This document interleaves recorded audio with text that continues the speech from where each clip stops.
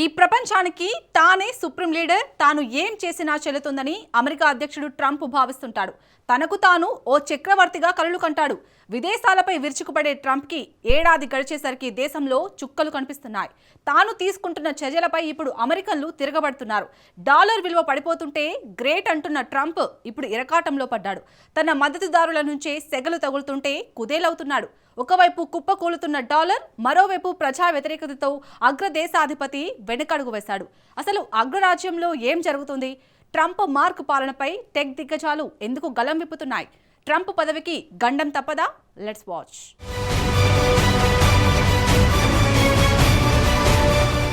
Donald Trump కు అమెరికన్లు shock ఇస్తున్నారా?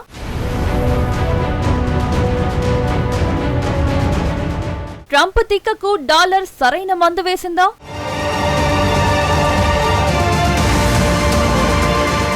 ట్రంప్ కు మద్దతుదారులు వ్యతిరేకంగా మారారా?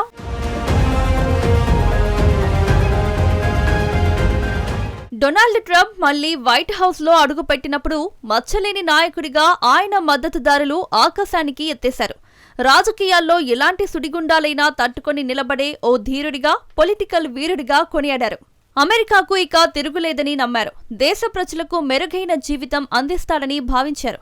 ఎందుకంటే అన్ని అంచనాలను తలకిందులు చేస్తూ గతంలో కంటే భారీ మెజారిటీతో ట్రంప్ అధికారాన్ని రెండోసారి దక్కించుకున్నారు.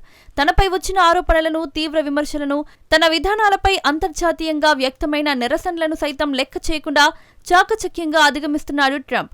కానీ రెండోసారి అధ్యక్ష బాధ్యతలు చేపట్టిన ఏడాదికే ట్రంప్ కోట బీటలు వారుతోంది. మార్కెట్లు కుదేలవుతున్నాయి. సామాన్య ప్రజలు తల్లడిల్లుతున్నారు. ఆఖరికి ట్రంప్ సొంత మద్దతుదారుల నుంచి కూడా ఆందోళనలు పెరుగుతున్నాయి. వీటిలో ముందుగా చర్చించాల్సింది డాలర్ గురించే. ప్రపంచ పెద్దన్న పాత్ర పోషిస్తున్న అమెరికాకు ఆ ఆధిపత్యం, పవర్కు కారణం డాలరే. అమెరికా ఆర్థిక వ్యవస్థకు వెన్నెముక ఆ దేశ కరెన్సీ. ప్రపంచవ్యాప్తంగా సురక్షితమైన పెట్టుబడిగా భావించే ఏకైక కరెన్సీ డాలర్. కానీ ఇప్పుడు ఆ డాలర్ తన ప్రభావాన్ని కోల్పోతుంది.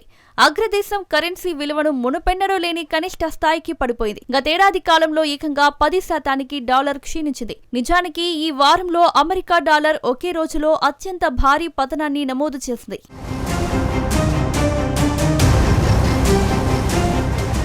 గత 4 ఏళ్లలో ఎన్నడూ లేనంత కనిష్ట స్థాయికి డాలర్ ఢమాలంది. Japanese yen, British pound, Canadian dollar, Swedish krona, Swiss franc వంటి అంతర్జాతీయ కరెన్సీలతో పోలిస్తే డాలర్ బాగా బలహీనపడింది. దీనిపై అమెరికా అధ్యక్షుడిని ప్రశ్నించగా డాలర్ పతనం ఆందోళనలను కొట్టిపడేసే ప్రయత్నాలు చేశాడు. బలహీనమైన కరెన్సీ ఉండడం నిజానికి గొప్ప విషయమని ట్రంప్ చెప్పుకొచ్చాడు. డాలర్ విలువ రోజురోజుకు పతనమవుతోందని మీకు అనిపించడం లేదా అన్న ప్రశ్నకు ట్రంప్ సమాధానం చెప్పాడు. డాలర్ విలువ చాలా బాగుందని భావిస్తున్నట్లు ట్రంప్ చెప్పాడు. అమెరికా చేస్తున్న వాణిజ్యాన్ని ఒకసారి చూడమని ట్రంప్ సెలవిచ్చాడు. డాలర్ అద్భుతంగా రాణిస్తోందన్నాడు. ట్రంప్ ఒక ఆసక్తికరమైన విషయమంటూ వితండవాదాన్ని చెప్పుకొచ్చాడు. జపాన్, చైనా దేశాలతో గతంలో తాను తీవ్రంగా పోరాడేవాడినని వివరించాడు. ఎందుకు పోరాడారు అంటే ఆ రెండు దేశాలు తమ కరెన్సీ విలువను తగ్గించాలని చూసేవట. పదే పదే విలువ తగ్గించడంతో ఆ రెండు దేశాలతో డాలర్ పోటీ పడడం కష్టమని చెప్పుకొచ్చాడు. ఇది సరైన పద్ధతి కాదని ట్రంప్ వాదించేవాడట. కానీ ఆ రెండు దేశాలు డాలర్ బలంగా ఉందని భావించేవని ట్రంప్ వివరించారు. ట్రంప్ మాటలను వింటే తిక్కతిక్కగా సమాధానం చెప్పాడని కరెన్సీ విలువ గురించి తెలిసిన ఎవరికైనా ఇట్టే అర్థమవుతుంది. అయితే అమెరికాను అన్ని రంగాల్లో శక్తివంతంగా మారుస్తానని హామీలు గుప్పించాడు. ఈ హామీలతోనే తన రాజకీయ ప్రచారాలు ట్రంప్ చేశాడు.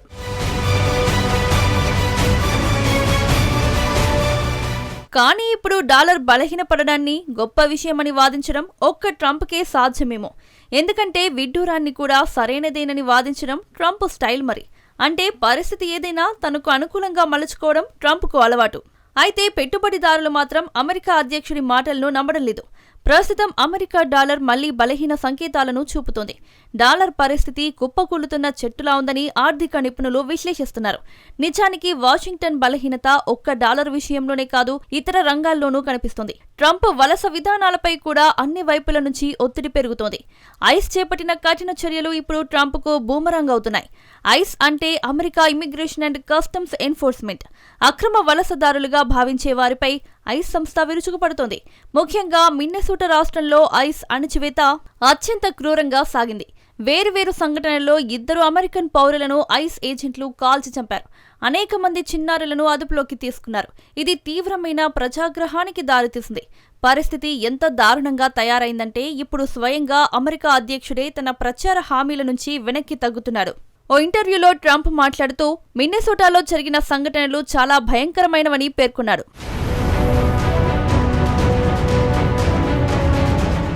మిన్నెసోటాలో అణచివేత చర్యల తీవ్రతను తగ్గిస్తామని అమెరికా అధ్యక్షుడు ప్రకటించాడు. తాము అక్కడి పరిస్థితులను కొంత సడలిస్తామని ట్రంప్ తెలిపాడు. గతంతో పోలిస్తే ఇప్పుడు మిన్నెసోటాలో పరిస్థితి మెరుగ్గా ఉందని ట్రంప్ తెలిపాడు. అంటే తన హామీలను, ప్రచారాలను సక్సెస్ అయినట్టు చూపుకోవడానికి, చిత్రీకరించుకోవడానికి ట్రంప్ చేస్తున్న ప్రయత్నం ఇది. కానీ క్షేత్రస్థాయిలో అటు చట్టసభ సభ్యుల్లోనూ, ఇటు పౌర సమాజంలోనూ తీవ్ర ఆగ్రహం వ్యక్తమవుతోంది. నిజానికి ట్రంప్కు ఉన్న అతిపెద్ద మద్దతుదారులు కూడా కొందరు గొంతెత్తుతున్నారు. వారిలో యాపిల్ సీఈఓ టిమ్ కుక్ కూడా ఉన్నారు. తాజాగా తన ఉద్యోగులకు కుక్ ఒక మెమో పంపారు. ఐస్ ఏజెంట్ల చేతిలో పౌరులు మరణించడం చూసి తన గుండె పగిలిపోయిందని యాపిల్ సీఈఓ ఆవేదన వ్యక్తం చేశాడు. అత్యున్నత ఆదర్శాలకు అనుగుణంగా జీవించినప్పుడే అమెరికా అత్యంత శక్తివంతంగా ఉంటుందని తాను నమ్ముతున్నట్లు మెమోలో కుక్ తెలిపాడు. ఎవరైనా సరే, ఎక్కడి నుంచి వచ్చిన వారైనా సరే, ప్రతి ఒక్కరిని గౌరవ మర్యాదలతో చూసినప్పుడే అమెరికా సూపర్ పవర్గా మారడం సాధ్యమవుతుందని కుక్ వివరించాడు. తాజా నివేదికల ప్రకారం పరిస్థితిని అదుపు చేయాలని ట్రంప్ను టిమ్ కుక్ కోరాడు. Open AI CEO Shyam Altman కూడా ఇటువంటి విన్నపాలనే చేశాడు. ఆల్ట్మన్ కూడా తన ఉద్యోగులకు ఓ సందేశాన్ని పంపాడు. ఐస్ కార్యకలాపాలు శృతిమించుతున్నట్లు ఓపెన్ ఏఐ తెలిపాడు.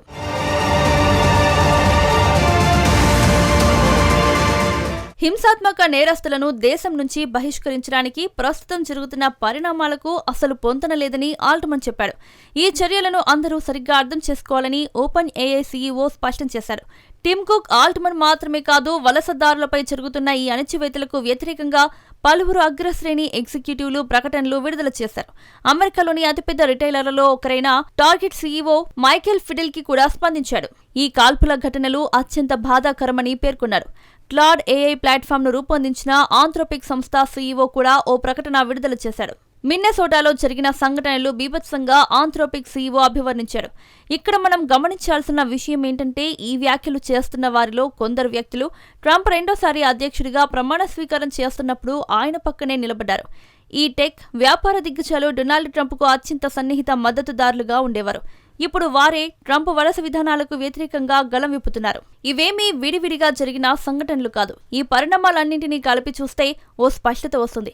పడిపోతున్న డాలర్ విలువ, దేశీయంగా తలెత్తిన ఆందోళనలు, పరిశ్రమల అధిపతులు, మిత్ర పక్షాల నుంచి వ్యక్తమవుతున్న వ్యతిరేకతలను చూస్తే ట్రంప్ ఆత్మరక్షణలో పడినట్లు స్పష్టంగా తెలుస్తుంది.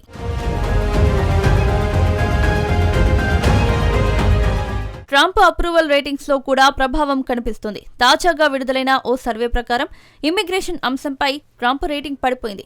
53% అమెరికన్లు ట్రంప్ అనుసరిస్తున్న విధానాన్ని వ్యతిరేకిస్తున్నారు. వలసలే ప్రధాన ఎజెండాగా ఎన్నికల బరిలోకి దిగిన ట్రంప్ పై ఇప్పుడు మెజార్టీ ప్రజల నుంచి వ్యతిరేకత వ్యక్తమవుతోంది. ప్రజల్లో వ్యతిరేకత వస్తే ట్రంప్ పదవికి ముప్పు పొంచి ఉన్నట్టేనా అంటే ప్రస్తుతానికి అటువంటి పరిస్థితి ఏమీ లేదు. కానీ డొనాల్డ్ ట్రంప్కు గట్టి పోటీ ఇచ్చే నాయకుడు ఎవరూ లేరు. అయితే అధ్యక్షుడిపై వస్తున్న ఒత్తిడి మాత్రం వాస్తవం. ఈ ఒత్తిడి చాలా తీవ్రంగా ఉంది. ప్రస్తుతానికి ట్రంప్ కొంత సంయమనం పాటిస్తున్నాడు.